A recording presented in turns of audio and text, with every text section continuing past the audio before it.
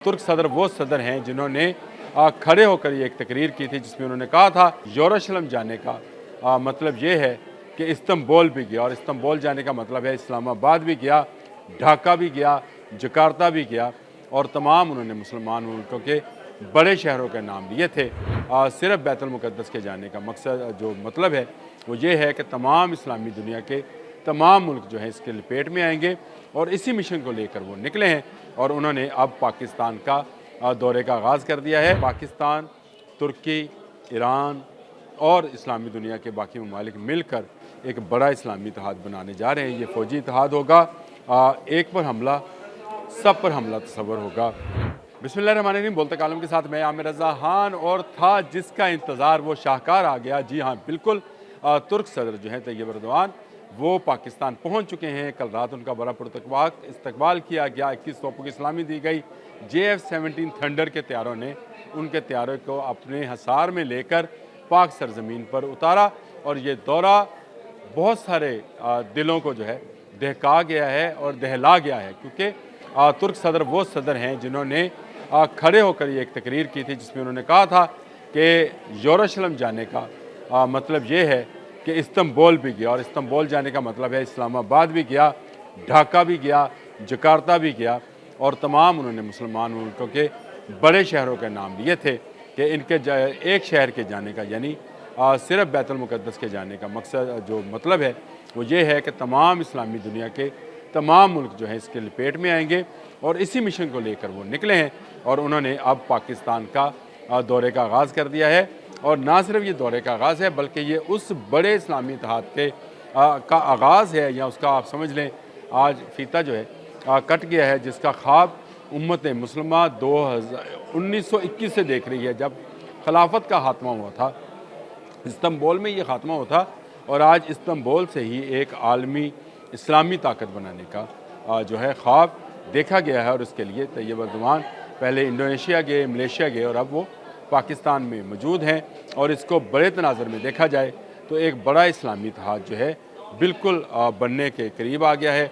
आज जो जिन मुलाकातें होंगी सदर पाकिस्तान से, वज़ीर आज़म से, आर्मी चीफ से, उन तमाम मुलाकातों में एक एजेंडा है, और वो मुश्तरका इस्लामी दिफाई निज़ाम बनाना है।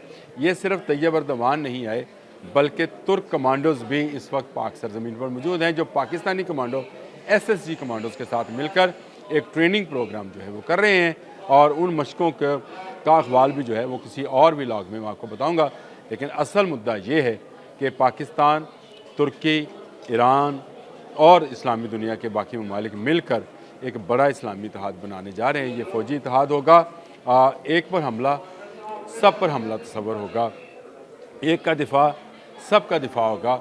ये वो ख्वाब है जो तैयब एर्दोग़ान ने देखा था, और जिसको पाया तकमील उस वक़्त तक नहीं पहुँचाया जा सकता जब तक इस्लामी दुनिया की वाहिद एटमी क़ुव्वत पाकिस्तान जो है इस पर राज़ी ना होता। और पाकिस्तान राज़ी है तो तैयब एर्दोग़ान जो है वो आज इस्लामाबाद में मौजूद हैं, और उनके आने का मकसद भी यही है कि एक बड़ा इस्लामी इत्तेहाद बनाया जाए। क्या नहीं है इस इत्तेहाद के पास? इस इत्तेहाद के पास एटमी क़ुव्वत है, इस इत्तेहाद के पास मिसाइल टेक्नोलॉजी, इस इत्तेहाद के पास जहाज़ बनाने की सलाहियत मौजूद है। इस इत्तेहाद के पास उस जज्बे का जिसका ज़िक्र किया जाता है कि उस जज्बे में शहादत सबसे पहले आती है, वो जज्बा मौजूद है। इस इत्तेहाद के पास बैतुल मुक़द्दस को महफूज करने का जज्बा मौजूद है, इसको हिजाज़ को महफूज करने का जो है जज्बा मौजूद है। तो इस जज्बे को लेकर तैयब एर्दोग़ान इस वक्त पाकिस्तान की सरजमीन पर मौजूद हैं।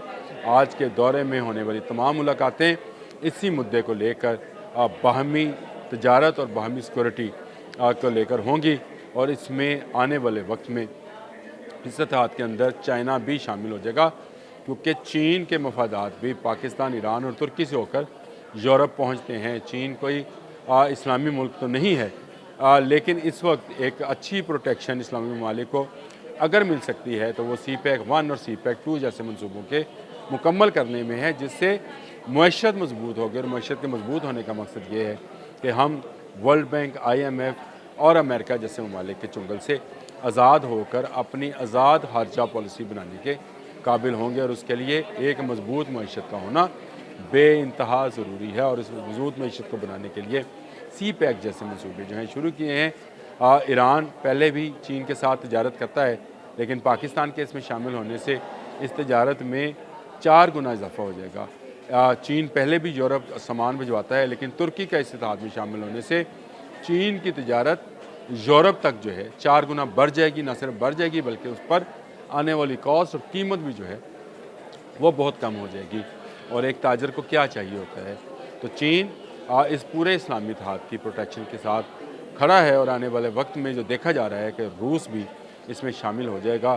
ایک طرف بنگلہ دیش ہے، پاکستان ہے، ایران ہے، ترکی ہے، چین ہے، ملیشیا ہے، انڈونیشیا ہے، یعنی چین اپنے ارد گرد کے تمام اسلامی ممالک کو ایک کے بعد ایک اپنے ساتھ انگیج کرتا چلا جا رہا ہے، جو کہ امریکہ کی بہت بڑی شکست ہے۔